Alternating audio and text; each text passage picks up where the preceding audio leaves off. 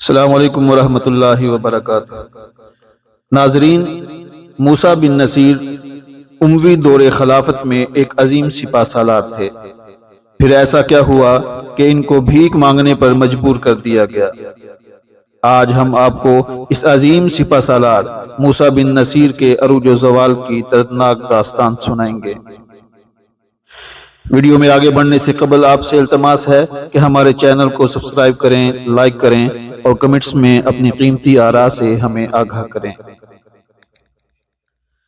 ناظرین، 715 عیسوی کی بات ہے۔ حج کے دن تھے۔ مکہ المکرمہ میں خوب رونق تھی۔ خیمے آباد ہو گئے تھے۔ مسجد حرام کے سامنے فقیر بیٹھ چکے تھے۔ ان فقیروں میں زیادہ تر بدو تھے جو حج کے دنوں میں یہاں آ کر بھیک مانگتے تھے، مگر اس بار ان میں ایک بوڑھے فقیر کا اضافہ تھا۔ کپڑے پرانے، میلے اور پھٹے ہوئے تھے، مٹی کی دھول سے چہرہ اٹا ہوا تھا۔ ان فقیروں میں یہ شخص سب سے بوڑھا تھا، لیکن اس میں اور باقی فقیروں میں سب سے اہم فرق یہ تھا کہ اس کے پاؤں میں بیڑیاں تھیں۔ حاجی پاس سے گزرتے تو فقیر کو غور سے دیکھتے۔ ایک حاجی نے غور سے دیکھا تو پوچھا، کیا تم نے چوری کی ہے؟ تو اس فقیر نے جواب دیا کہ اگر چوری کی ہوتی تو ہاتھ کٹ چکے ہوتے۔ حاجی نے پوچھا، تم کون ہو؟ تمہارے پاؤں میں بیڑیاں کیوں ہیں؟ جواب ملا، میں بادشاہ وقت سلیمان بن عبد الملک کا قیدی ہوں۔ تھوڑی دیر میں دو بربر قبیلے کے حاجی آئے اور اس بوڑھے فقیر کے پاس بیٹھ گئے۔ یہ بربر قبیلے کے سردار تھے۔ انہوں نے غور سے اس فقیر کو دیکھا تو پوچھا، تم امیر موسیٰ بن نصیر تو نہیں؟ یہ سن کر اس فقیر کی آنکھوں میں آنسو آ گئے اور کہا، ہاں میں موسیٰ بن نصیر ہی ہوں۔ انہوں نے پوچھا، موسیٰ، ہم نے تو سنا تھا بادشاہ نے تمہیں قید کر رکھا ہے، پھر تم بھکاری کیسے بن گئے؟ موسیٰ نے جواب دیا کہ مجھے سلیمان بن عبد الملک یہاں لایا ہے کہ مجھے بھیک مانگ کر 2 لاکھ دینار دو۔ ان حاجیوں میں سے ایک نے کہا، موسیٰ ہمیں حکم دو، ہم بادشاہ کے خلافت بغاوت کر دیں، ہمارے قبیلے کے لوگ دیناروں کے ڈھیر لگا دیں گے۔ موسیٰ بن نصیر نے جواب دیا، نہیں، میں یہ نہیں کر سکتا۔ خلیفہ کے جاسوس وہاں موجود تھے۔ انہوں نے ان 2 سرداروں کی بات سنی تو ان کو گرفتار کر کے لے گئے اور اس کے بعد ان کا کہیں پتہ نہ چلا۔ ناظرین، یہ بوڑھا فقیر جو مسجد حرام کے سامنے بھیک مانگ رہا تھا، یہ مسلم تاریخ کا عظیم سپہ سالار موسیٰ بن نصیر تھا۔ موسیٰ بن نصیر نامور سپہ سالار اور منتظم تھے۔ ان کی فتوحات کا سلسلہ دور دور تک پھیلا ہوا تھا۔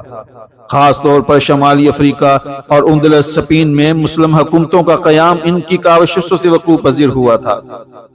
طارق بن زیاد جیسا عظیم کمانڈر انہی کی قیادت میں مارکے سر انجام دیتا رہا۔ ناظرین، موسیٰ بن نصیر کا آبائی خاندان عیسائی تھا اور عین التمر میں مقیم تھا۔ شام اور ایران کی سرحد پر واقع یہ شہر اہم تجارتی مرکز تھا۔ حضرت خالد بن ولید رضی اللہ تعالیٰ عنہ نے جب عین التمر فتح کیا تو موسیٰ کے والد نصیر کو گرفتار کر کے مدینہ بھیج دیا گیا۔ دستور کے مطابق وہ غلام تھے، لیکن قبول اسلام کے بعد اس کے مالک عبدالعزیز بن مروان نے اسے آزاد کر کے دوست بنا لیا۔ موسیٰ کی پیدائش 19 ہجری میں ہوئی۔ آپ کی تعلیم و تربیت اسی ماحول میں ہوئی جس میں حضرت عمر بن عبدالعزیز رحمہ اللہ پرورش پا رہے تھے۔ عبد الملک نے موسیٰ کو بصرہ میں ٹیکس وصول کرنے کا امیر مقرر کر دیا۔ بعد میں یہ خاندان عبدالعزیز بن مروان کے پاس مصر جا پہنچا، جس نے موسیٰ کو افریقہ میں گورنر مقرر کر دیا۔ موسیٰ بن نصیر بہترین گورنر ثابت ہوئے۔ لوگ اس کی کارکردگی اور حسن سلوک سے متاثر ہونے لگے۔ وہاں موسیٰ بن نصیر نے اپنی بہترین جنگجو فوج تیار کی اور پھر اس فوج کے ساتھ شمالی افریقہ فتح کر لیا۔ یہ بربر قبائل کا علاقہ تھا جو بہت دلیر اور جنگجو تھے۔ یہ بہت ظالم اور ہر درجہ کے وحشی تھے۔ لفظ بربریت انہی بربر قبائل سے اخذ کیا گیا ہے۔ موسیٰ بن نصیر کا سب سے بڑا مسئلہ یہ بربر قبائل تھے جو کسی کی حکمرانی قبول نہیں کرتے تھے، مگر موسیٰ کا ان کے ساتھ حسن سلوک اتنا اچھا تھا کہ آہستہ آہستہ یہ تمام لوگ مسلمان ہو گئے۔ لہٰذا انہیں فوج میں ملازمت دی گئی اور فوج کے اعلیٰ عہدے بھی دیے گئے۔ اس سے ان لوگوں میں ڈسپلن آیا اور وہ بہترین فوجی اور شہری ثابت ہوئے۔